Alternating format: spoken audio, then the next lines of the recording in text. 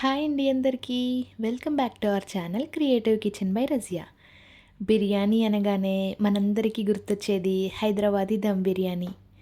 ముక్క నోట్లో పెడితే కరిగిపోయేలా పర్ఫెక్ట్ మసాలా ఫ్లేవర్స్‌తో ఇంట్లోనే మటన్ దమ్ బిర్యానీ ఎలా చేసుకోవాలో ఈ వీడియోలో చూద్దాం. మరి ఆలస్యం చేయకుండా ప్రాసెస్‌లోకి వెళ్ళిపోదామా? మొదటిగా మనం మటన్‌ని మ్యారినేట్ చేసుకోవాలి.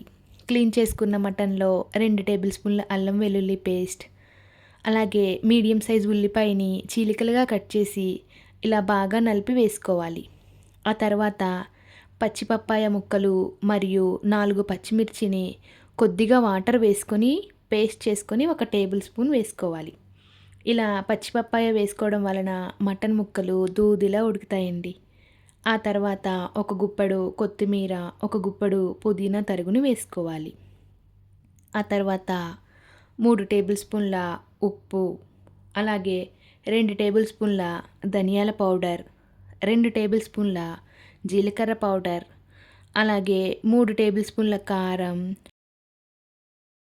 హాఫ్ టీ స్పూన్ పసుపు, 1 table spoon garam masala powder, 1 table spoon షాజీరా, 6 లవంగాలు, 2 ఇంచుల దాల్చిన చెక్క, 2 బిర్యానీ ఆకులు ఇలా తుంచి వేసుకోవాలి.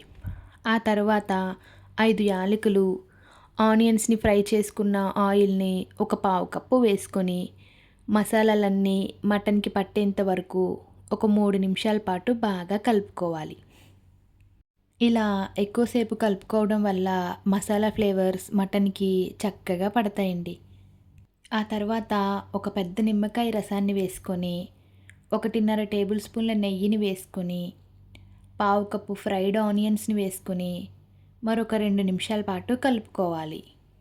ఇలా కలపడం వల్ల ముక్కలు కొంచెం నలుగుతాయి. అప్పుడు ఫ్లేవర్స్ అన్నీ మటన్ ముక్కకి బాగా పడతాయి. ఇది మటన్ సాఫ్ట్‌గా కుక్ అవ్వడానికి ఒక చిన్న టిప్ అండి.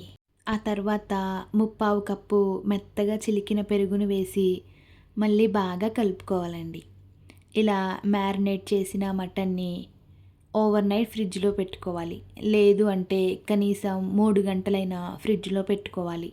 ఇలా ఎక్కువసేపు మ్యారినేట్ చేసుకోవడం వల్ల మటన్ అనేది జ్యూసీగా ఉంటుంది. ఆ తర్వాత 1 కేజీ బాస్మతి రైస్‌ని శుభ్రంగా కడిగి ఒక గంట పాటు నానబెట్టుకోవాలి.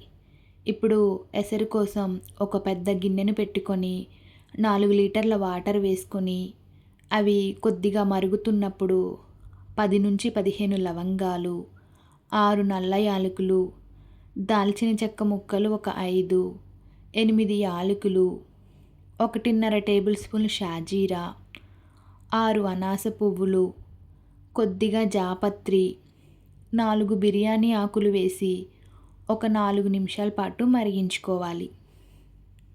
ఆ తర్వాత ఒక 4 టేబుల్ స్పూన్ల ఉప్పు వేసుకోవాలి. ఉప్పు కొంచెం ఎక్కువగానే వేసుకోవాలండి. అప్పుడే అన్నానికి ఉప్పు చక్కగా పడుతుంది.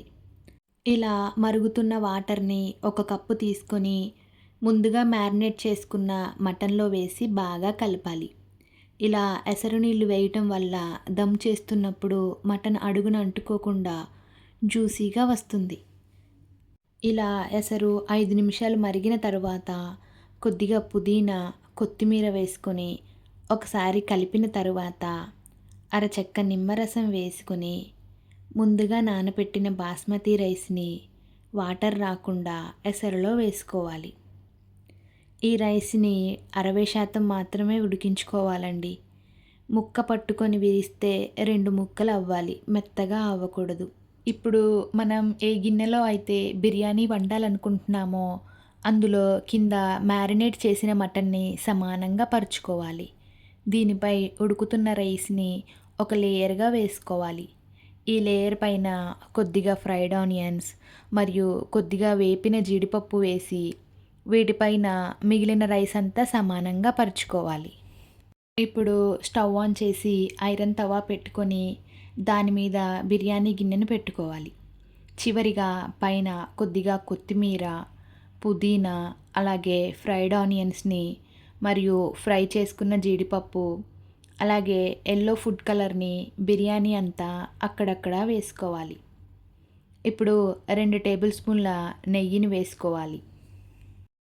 ఆ తర్వాత రైస్ని ఉడికించిన వాటర్ని గిన్నె అంచున చుట్టూ ఒక గ్లాస్ వాటర్ని వేసుకోవాలి.